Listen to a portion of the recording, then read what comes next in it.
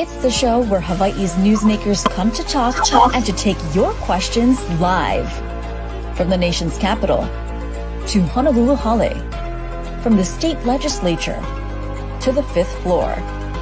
We bring the experts to you and ask them what you want to know. Spotlight Hawaii with Yunji Denise and Ryan Pelesuji on the digital platforms of the Honolulu Star-Advertiser.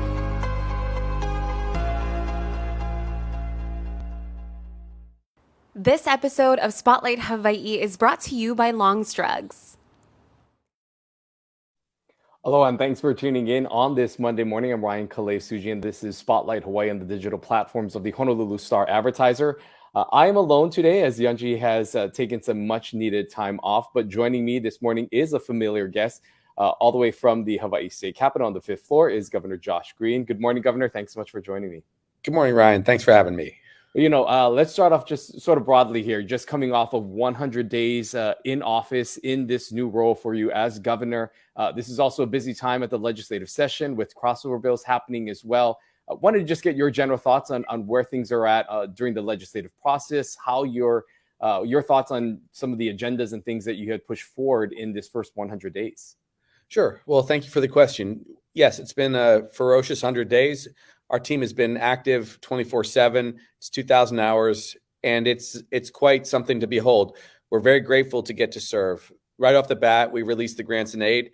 They had languished. Those are funds that go to groups that really need it, like Goodwill Hawaii, IHS, Hawaii Food Bank. For some reason, they had been stuck in the process for 7 months, and so we just released them. And that, I think, was a show of good faith in our service community. So that happened right off the bat before the holidays, and we just kept charging from there. Of course, we have to construct a budget, which are based on our values, basically, those appropriations. And that's things like making sure everyone has access to a doctor or a nurse. So we have resources in there for loan repayment for social workers, psychologists, other mental health workers, doctors and nurses. Key stuff. Fixing our facilities, also very important. And along the way, as we produce that budget, which is also very heavily focused on housing, and I'm grateful, by the way, that the Senate and House are also focused on housing and homelessness. Along the way, other things have happened. Like we had the Hawaii Life Flight crisis right smack dab in the middle of our first 2 weeks. That was when a plane was lost and we lost 3 beautiful people. And then they had to stand down for safety purposes for basically a month. So we had to cobble together a solution between essentially the National Guard and the Coast Guard to make sure we had enough transport capabilities for our people who were sick to get them from neighbor islands to Oahu. And I'm happy to report that we did that and have since done some other things structurally. It's not real sexy, but we talk about it behind the scenes, like increasing reimbursements to make sure that Hawaii Life Flight can actually fly and buy new materials and planes and more staff and so on. That's important. So we're doing things like that. We chased homelessness immediately out of the gate. You saw that, I believe, the day that I delivered the State of the State address, where I actually signed that proclamation to allow us to build kauhale across the state. It's necessary. We're putting in a process that's going to be thoughtful about the environment and kupuna iwi, but we're also making sure that we can actually take some actions. So what we've done in the first 100 days is set up a lot of the future for our state. Of course, some of this is dependent on the legislature, as you pointed out, like what will they pass as far as our tax plan. We put out a tax plan that's $315 million of tax relief for people that are what's described as Alice families, people who are asset limited or living paycheck to paycheck. That has to happen.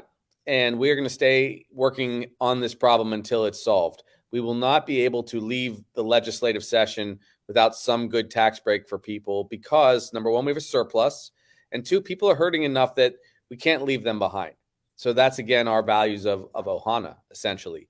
So we're going to do that. They will do something on the green fee, which, as you know, was my team that pushed and proposed it. I would prefer a larger, kind of more dynamic proposal where it's a modest fee on everyone who comes to Hawaii, but I'm also very enthusiastic about the ideas that they have, which is to have the green fee or a license applied to certain locations where people visit. So we decrease the impact where too many people are going to certain areas of Hawaii, and we increase the revenues to deal with climate change and the impact that basically 10 million travelers have on our state. So all these things are happening. Meanwhile, I'm sure you'll want to hear about nominees and Aloha Stadium and all sorts of things. So I'm here to answer whatever questions you've got. Yeah, let's jump right into some of those nominees, specifically your nominee for DBED, Chris Sadiasu, who was voted down by a Senate committee. In private, previous conversations that we've had on this show, you ask your former colleagues in the Senate for more civility in how, your nominees are treated. Do you feel that happened in this case? And what's next for the leader of who would eventually lead DBED for your department?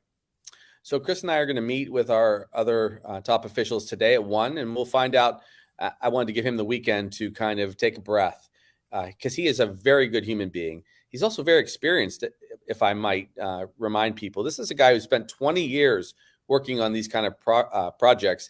And just in the first 100 days, as we've been discussing, he was the guy that got the job done on changing how we look at tourism by getting that contract out to do both management and marketing of tourism through HTA.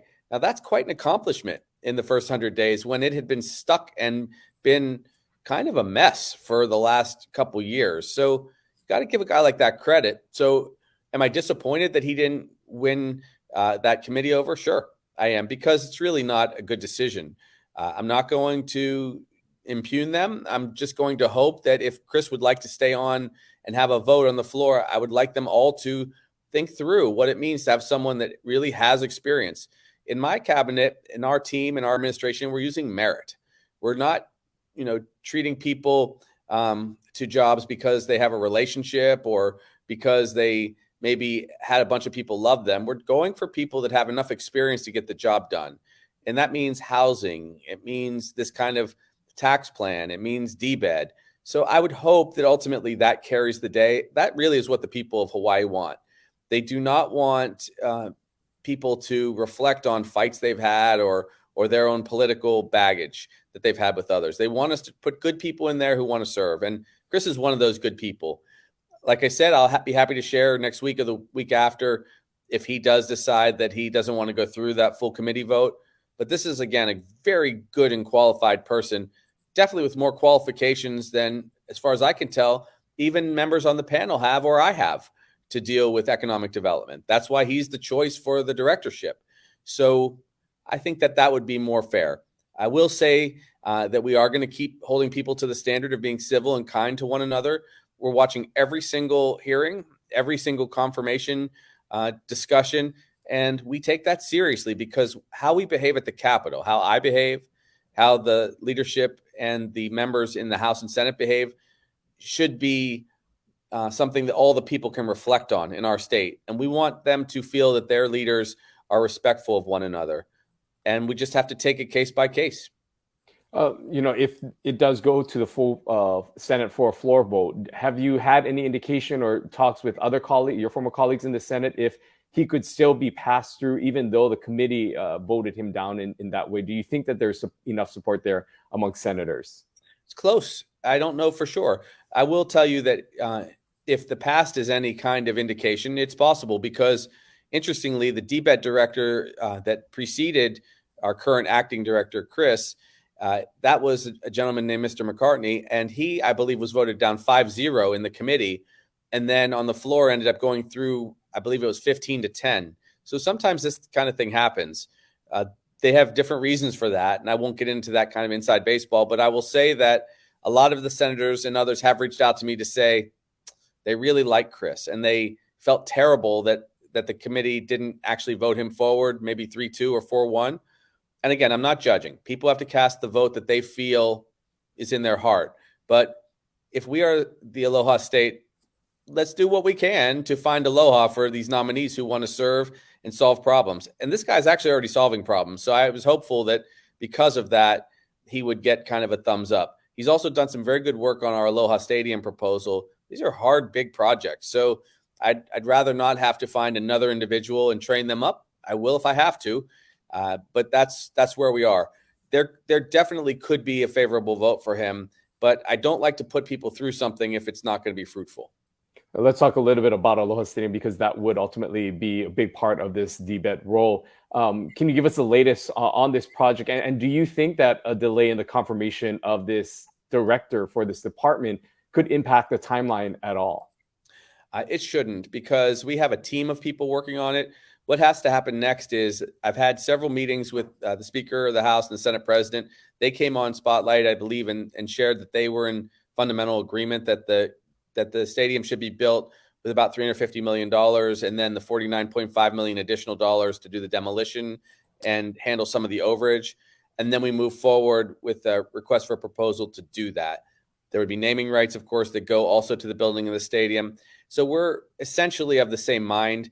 There's going to be another meeting later this week. We're working very closely with one of the executives at the university.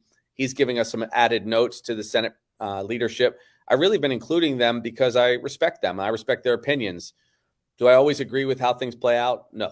But I do respect their thoughts, and I want this to be a collaboration. That's what the people deserve.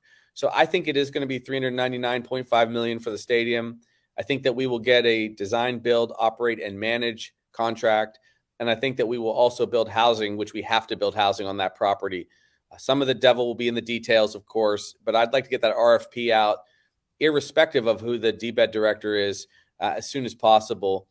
If we don't amend it too much, then we save time. If I'm forced to amend it because there had been some disagreement, then it takes an added 8 months. But either way, I'm going to push very hard to get us a stadium for our kids and our university and whatever else comes to Hawaii.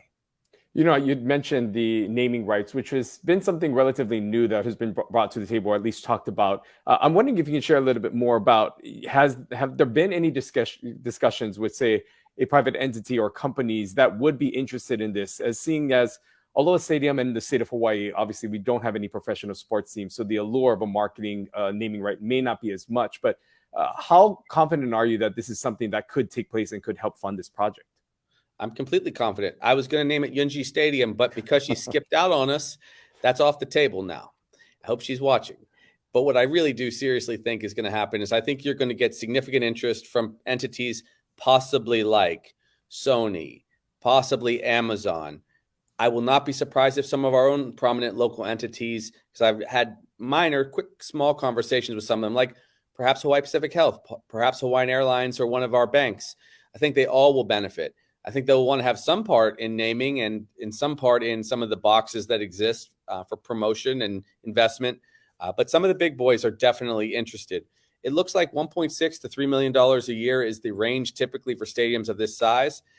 But that could be significant if it's, say, over 20 years. Imagine 20 years times $3 million. It's an additional $60 million to help build the stadium. So it's important because my hope is that we get 25,000 seats. We basically need that many seats to make it a competent stadium. And that's the first iteration. Then we would want to be able to expand it in phase 2, another 10,000 seats. We have to be pragmatic, and we have to build this thing somewhat quickly just because people deserve it. Another issue that we know that you are passionate about is hospitals and healthcare, and want to focus on Hawaii Island and the hospitals there. In the current budget that crossed over to the House, to the Senate, the Kona Community Hospital, which has asked for $22 million, is slated to get $7 million, and Hilo, which asked for $50 million, is allotted $25 million. Are you satisfied with this amount? Because we know that this was something that you were also concerned about, knowing firsthand about some of the things and the needs for Hawaii Island and healthcare overall. Sure. Well, we need those appropriations. My team put down what are called governor messages, GMs, $50 million for Hilo Hospital to expand their capacity, mostly their intensive care units and their medical surgical units. That's necessary over time. How the House and Senate ultimately make the decision to fund these things, whether it's over 2 years or 3 years, will be up to them. I release those monies very quickly, unlike almost any other governor. I do that in real time every day to make sure resources are going out to the community. 1, to make sure our people have their needs met. 2, so that we don't suffer the ill effects of a potential economic downturn. I want this building going on and these repairs going on. They need $50 million ultimately to expand those services in Hilo, so they don't have to be sending people over to Oahu when they get sick. Now, the Kona situation is a little bit more dire. That $20 million, and a large part of that's going to be necessary, is meant to keep the facility open. They have some significant challenges with their infrastructure as far as air quality. And if they can't keep the air circulation going, you can't keep intensive care units open. You can't keep surgical theaters open. You wouldn't be able to actually deliver services there. So I'm very confident that they will win the day. Again, having been a rep and a senator over the course of 14 years, I know that what happens is they have to navigate a negotiation with each body, and they tend to divide resources, and we'll hear from each of them and their priorities in the next, say, 5 weeks. But I'm ready to go. I'm ready to go with all those resources. We have the money. We have the bonding capability. We have about the best bonding rating in the history of mankind here out of Hawaii, because we've been thoughtful about our budget over the years. So we have to do those things for healthcare. Keep in mind that we're trying to overhaul the entire healthcare system. Right now, our hospitals are very full, not because we don't have enough facilities, but because we don't have enough personnel working in long-term care facilities, in step-down units, in medical respite. We just don't have enough bodies to provide care at those levels, so people end up getting stuck at the hospital. That's why I'm proposing, and it's in the budget, resources to pay down the loans of, like I mentioned, social workers and nurses and doctors. We need to be the health state and bring those personnel here. And believe me, it's a good investment. When we were in the midst of COVID, you remember, just to hire nurses for 3 months during the peak of the Delta variant surge, when people were like really, really, really overwhelming the hospitals, we spent over $77 million just on visiting nurses. Instead, we ought to be spending $10 to $20 million a year paying down the loans and debts of healthcare workers, our local kids, so that when they come back from medical school, either from the mainland or they finish medical school here or nursing school here or on the mainland, that they can get their debt forgiven and work here back home near their aging parents and grandparents. Another big project that is currently being debated on and how to tackle is the convention center. And you've recently released $15 million to temporarily fix the roof on top of the Hawaii Convention Center. But that is just a temporary fix. Costs for the repairs are estimated to escalate to 35% to maybe $88 million over that time. What are your thoughts on how the state should go about fixing this facility? Another project that it means a lot to obviously the tourism industry, but amongst the priorities of everything else that needs to be done, where does the convention center stack up on this list? It's high. One thing I did do is I've had excellent conversations with the House Chair of Finance, and he's very intent on spending money on repair and maintenance, especially during recessions. It's one way to get the most bang for your buck in some areas without having the ill effects of pretty rampant inflation. So I think that we're going to meet with some good results there, but we can't turn our backs on the convention center. It is definitely an economic driver for us. It's something to be proud of. It's a very beautiful facility. I think they do a great job there. But the roof has gotten old and you have to fix these things. We have to have a convention center. We have to have a stadium. We're going to need a lot more housing. These are big projects that will definitely happen. And we should do what we can to, of course, finish the rail project off and get housing along that line. This is the future. I mean, we've really turned the page on the last generation of governing in Hawaii. And so now's the time with our surplus to go at this. But I'm very mindful of what could happen as far as the global economy goes. And therefore, it will be a good time to have our workers actually on the job fixing stuff. Something else that continues to make headlines, it does every legislative session. The debate continues on about recreational marijuana. And we know that there's legislation that is currently moving through the legislature right now. I wanted to get your thoughts on the likelihood of anything passing this session. And if not, how do you think that the state can prepare for making this a reality? As we know that this was something that you spoke about during your campaign for governor, was getting this into law and making recreational marijuana something that is legal here in Hawaii. Yes, I appreciate that. So I have instructed my cabinet to prepare, if the bill passes, to make sure that they are prepared to make it safe. So our keiki, to the extent that we can control it, don't get access to marijuana. We've also been making sure that we're aware of what happens in other states when legalization occurs. Right now, there is an impasse. The Senate has passed it and the House is still making up their minds.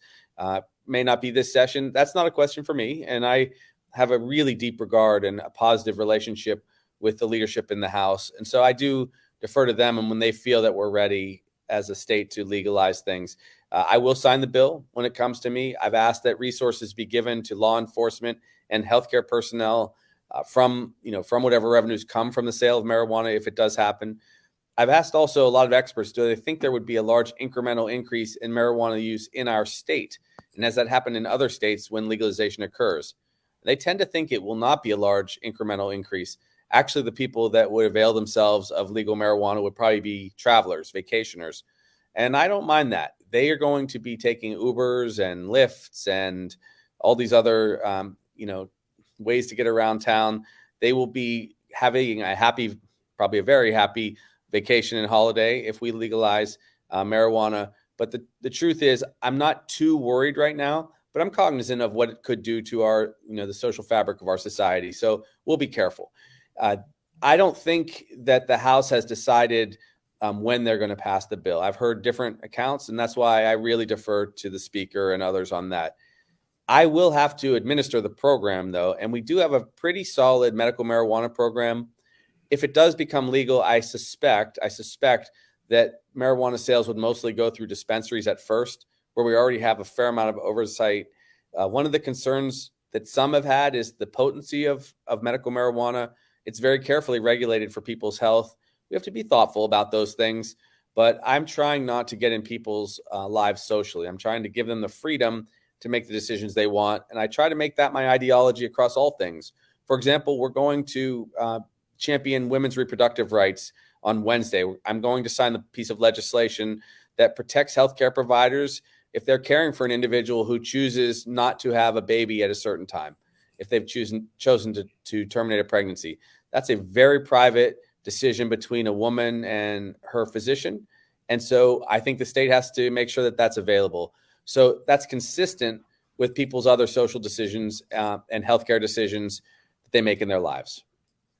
One of the biggest issues that you'll have to continue to oversee is what's happening at Red Hill, and wanted to just get an update on any of the conversations that you're having, your thoughts on the progress that the Navy is making. As we know, there's still a lot of concern by those who have been following this closely that the potential for leaks continue to exist. What have those conversations been like with you and the military? And if you can update us on give us any updates on where things are at right now.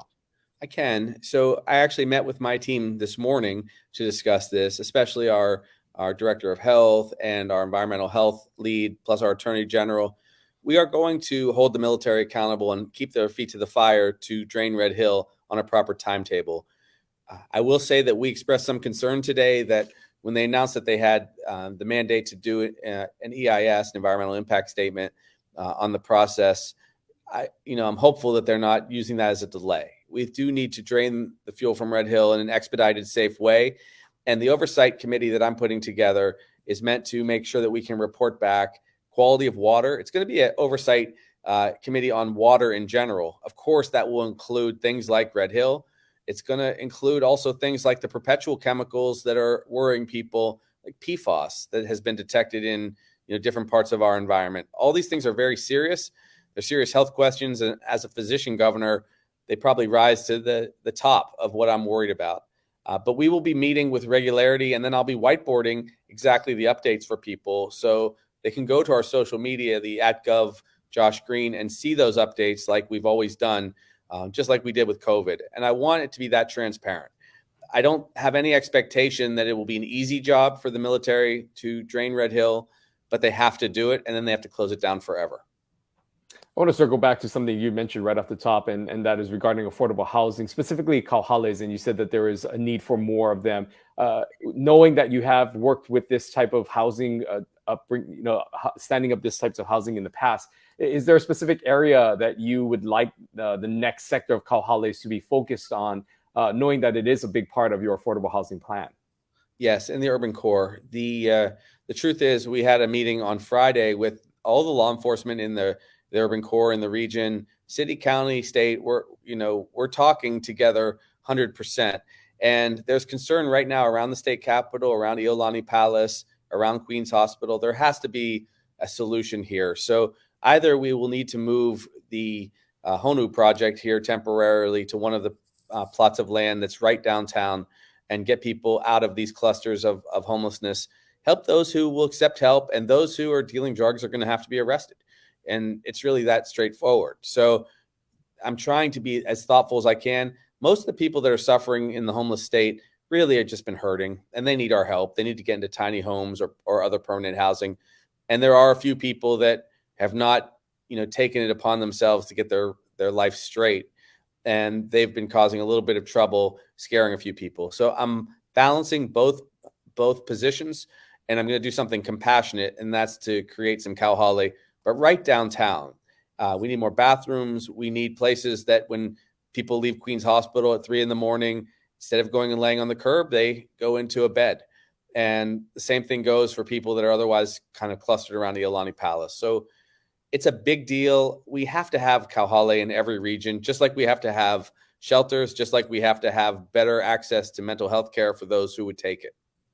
In staying on the topic of affordable housing, a large piece of this will have to be how much money is funded from the legislature. Have you had continued discussion with the finance chairs and or the Senate president or House leader to discuss just how much money is going to be appropriated overall? Because we know that you have some pretty ambitious goals of what you would like done, only if the legislature appropriates that money. How are things going on those discussions and negotiations overall? Very well. The Council on Revenues did decrease the projection of how much money we'd have available, but it still left us with basically $1 billion in surplus. And that's if we funded all of the proposals that are currently on the table. Our last proposal was $900 million for subsidies for housing. So we definitely can do that. If they'd like to stagger it a little bit, that's the prerogative of the legislature. But, historically, the way we governed was the House and Senate come in January and they leave in May, and you don't hear about these things again till later. Well, if we have ongoing crises, with me as governor, I will happily, proudly call people in to work a problem and put out more resources or amend the law or find, a way to a solution, because that's what people deserve. They want us to be working on these things steadily. Now, my team is 24/7, 365, of course, and the legislators mostly view it that way.